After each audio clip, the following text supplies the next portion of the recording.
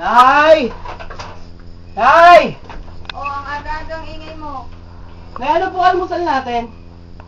Itong saging, ito muna ang kainin mo. Saging na naman? Nay, wala na ba makakain dito kundi saging?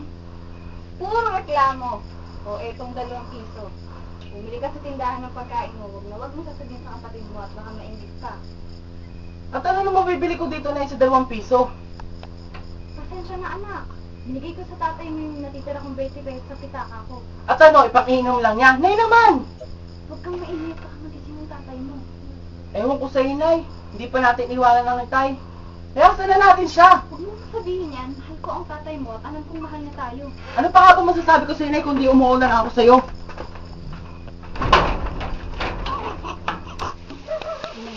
Ito ang piso. Pakitago muna ng pangarap ko. Kasi pangako, bukas tutuparin ko ito.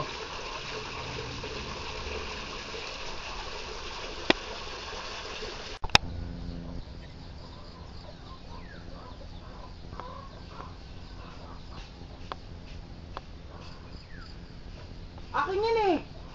Bawak lang naman. Sinabi na akin yan eh. Damot mo.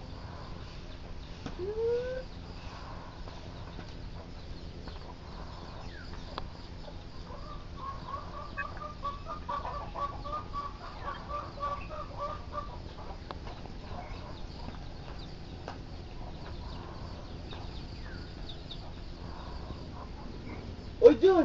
Ilan yung saging kinakain mo ah? Bakit mo ako na kumakain nito? Bahala ka pag sumakit ang tiyan mo. Epal ka.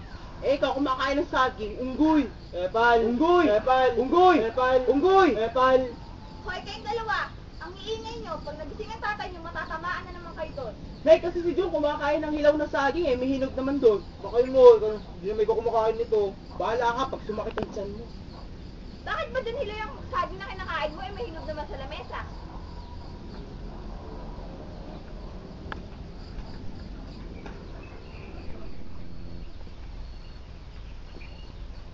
Mahawak naman.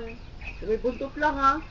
Gusto ko sa may ulo. Hindi pwede, baka kagating ka, hindi ka pa kilala. Kilala na ako niyan. Hindi nga pwede, ang kulit eh. Dali na kasi. Kilala na ako Hindi nga niyan. pwede, ang kulit-kulit mo naman eh. Dali na. Hindi nga pwede. Dali na kasi. Nay! Nay! Anong nangyari kayo mga bata? Kayo sa tatay niyo yung nabasag niyo. Istansulon mo kung inisin to. Nay naman eh. Huwag nang magreklamo, nakita mo may sugat si Jun eh. Eh si Jun naman nag-umpisa nito lahat eh. Reklamo pa, pag nagising ang tatay niyo, lagot na naman kayong dalawa doon. Eh, siya naman nauna eh. Ayaw, tinan mo. Inisin mo yung sugat mo doon, pumunta ka na sa banyo. Nay, kakahugas dito. Ano ka ba, Jun? Nakita mo may ginagawa kami ng kapatid mo. Malaki ka na, kaya mo na yan. Nay! Saan ko tatapon to? Lagay mo na lang dun sa... Bilisan mo na ito. Sabihin mo na dyan sa banyo. Pero Nay, Bilisan mo na dyan ang tatay tara na mo. Jun, bilis na eh. Dadala naman kuya. Masakit. Tignan mo na. Anak na. Sino naman may kuha niyan ha?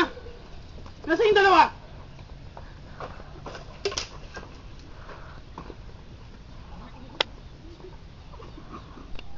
Dali mo Jun, bilisan mo. Nandiyan lang itay.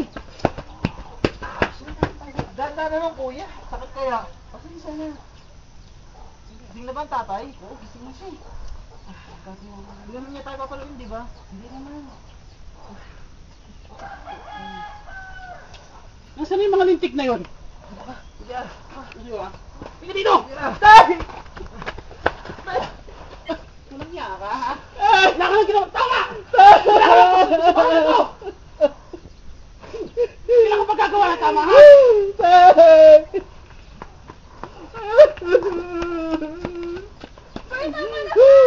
Wala kang anak ng ganito! Sabi, wala ka naman silbi sa bahay na to!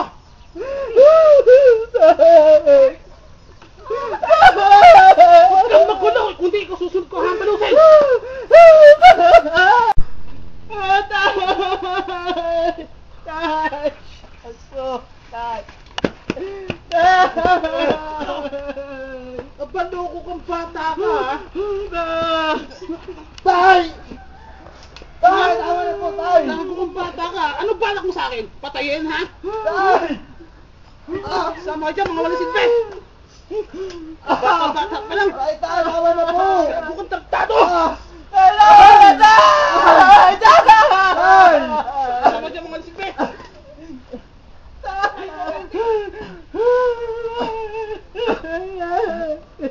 Ayos na kayo.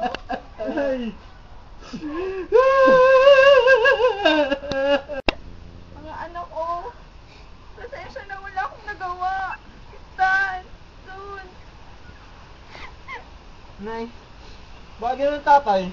Nakaranding! Hindi mo ba narinig ang sinabi ko? Paghahain mo ako at nagugutom na ako! Andyan na, saglit lang. Stan, dude, Diyos ko, mga anak ko. Mga nursing students po kami, tulungan na po namin kayo. Salamat naman sa Diyos. Carissa, pacheck naman ang vital signs ng batang walang malay. Okay, asa na ba si Daphne? Nasa boarding house, kinukuha yung first aid kit. Joan, kumusta yung sugat niya? Thank God, di tinamaan ang gusto. Makakagapon pa to. Nay, bakit siya naman hinayaan pugbugin ng asawa niyo ang mga anak niyo? Halos mamatay na sila. Wala din akong magagawa. Baka pag lumaban ako, lalo niyang bubugin ng mga anak ko. Christine, mukhang nabugbog talaga ito. Nawala na siya ng malay sa daming palo ngayong tinama.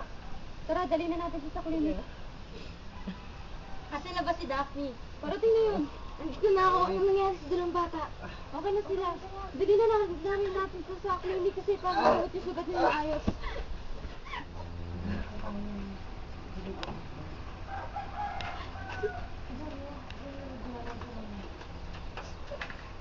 Anak ng teteng! Ano sa ba matatawag to? Pasensya ka na. Ibigay ko na kasi natitira nating pera. At sinisisi mo kung ba't wala tayong pera? Ganun ba? Hindi naman pera sa ganun. Tain naman buhay to. Oh.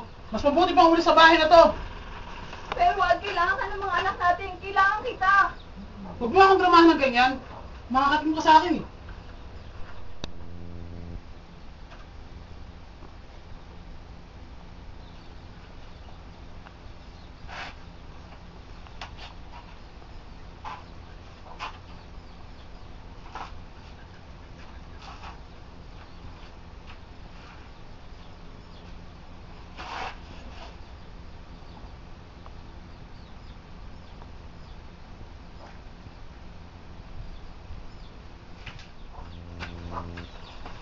Nasaan ang mga bata? Sa clinic, nagpapahinga. Kumusta nang lagay nila? Si June, may sugat sa kamay. Si Isa, nawala ng malay kanina. Pero nagka-malay na sa clinic. Sinong dala sa kanila? Yung mga nursing student dyan sa may boarding house. Kanding, tawarin mo ako. Nagpatawad na kita bago ka pa humingi ng tawad.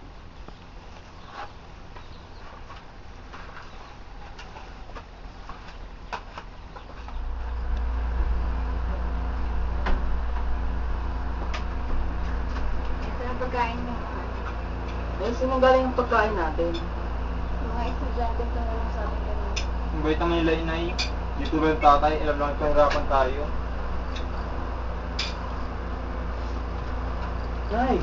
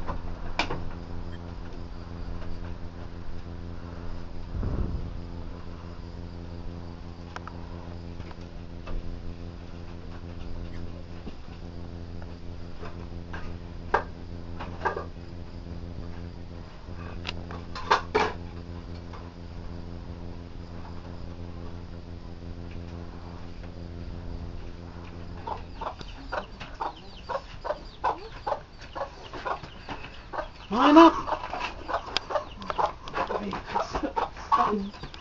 Tawarin niyo ako. Pinatawad ako tayo, tay. Sa wakas, natupad na rin ang pangarap ko. Ano pangarap mo, kuya? Basta. Ano nga? Tama na yun, Jun. Gusto na tayo. Ang daya naman eh. Ano?